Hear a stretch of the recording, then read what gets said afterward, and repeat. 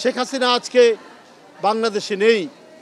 এই কষ্ট, এই দুঃখ ভারতের নীতি নির্ধারকরা কি ভুলতে পারছেন না?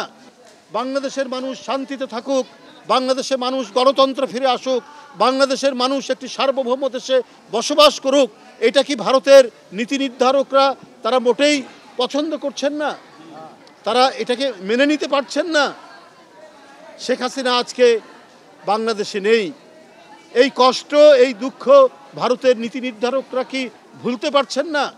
তাহলে তো আপনারা বাংলাদেশের মানুষ, বাংলাদেশের জনগণ, বাংলাদেশের স্বাধীনতা, বাংলাদেশের সার্বভৌমত্ব আপনাদের কাছে তো মোটেই নিরাপদ নয়। আপনাদের কাছে শুধু একজন মাত্র ব্যক্তি নিরাপদ, তিনি শেখ হাসিনা। এটা অত্যন্ত দুর্ভাগ্যজনক। পার্শ্ববর্তী দেশ আমাদের সাথে অনেক অমীমাংসিত বিষয় আছে, কিন্তু আমরা পরস্পরের সার্বভৌমত্বকে শ্রদ্ধা করি।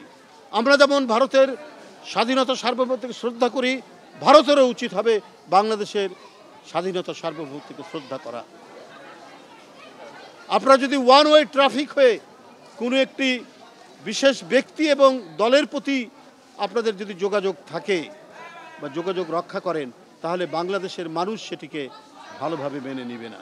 আমিও বলে রাখি, এই দেশ, এই বাংলা দীর্ঘদিন ধরে অনেক নির্যাতন সহ্য করে, কিন্তু আবার বিদেশি হানাদারদের বিরুদ্ধে রুখে দাঁড়ানোর যে অদম্য তেজ এবং সাহস কিন্তু এরা সবসময় দেখিয়েছে।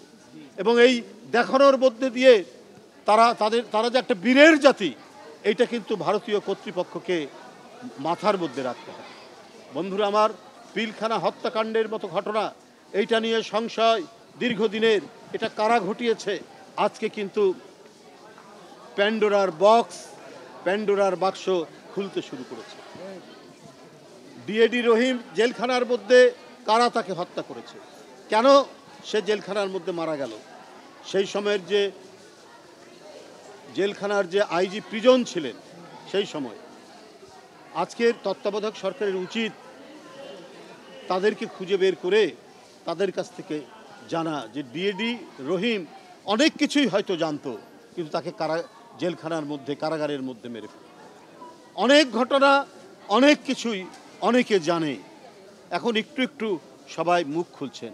এমনকি বিডিআরের যিনি ঘটনার পর যিনি ডিজি হয়েছেন, তিনিও কিন্তু অনেক কথা বলেছেন, যে কথাগুলো আমরা সব কিছু বলেছি। এখানে বিদেশি হস্তক্ষেপ থাকতে পারে, সেই হস্তক্ষেপ নিশ্চিত করার জন্য আওয়ামী লীগ, তার মন্ত্রীরা যায়, তার নেতারা যায় সাদা পতাকা নিয়ে, তাদেরকে কিছু বলে না, আর অন্য আইন শৃঙ্খলা বাহিনী গেলে তার দিকে গুলি করে। এই সমস্ত রহস্য আজকে মানুষের মনের মধ্যে দানা দিয়েছে। তাই 2009 সালের 25শে ফেব্রুয়ারি ঘটে যাওয়া যে ঘটনা, এটা ছিল অত্যন্ত দুরভিসন্ধিমূলক। এইটা বাংলাদেশের নিরাপত্তাকে বিঘ্নিত করার জন্য কোনো আন্তর্জাতিক ষড়যন্ত্র। এই ষড়যন্ত্র এখন সুষ্ঠু তদন্তের মাধ্যমে এইটা যদি এখন দেখা হয়, এটা যদি আবারও সুষ্ঠু তদন্ত করা হয়, তাহলে অনেক নতুন জিনিস বেরিয়ে আসবে যে শেখ হাসিনা বাংলাদেশের প্রধানমন্ত্রী ছিলেন না, তিনি ছিলেন আজ্ঞাবাহী একজন প্রধানমন্ত্রী, যিনি ছিলেন একটি দেশের এখানে প্রতিনিধি। তিনি জনগণের জন্য কাজ করতে এখানে আসেন।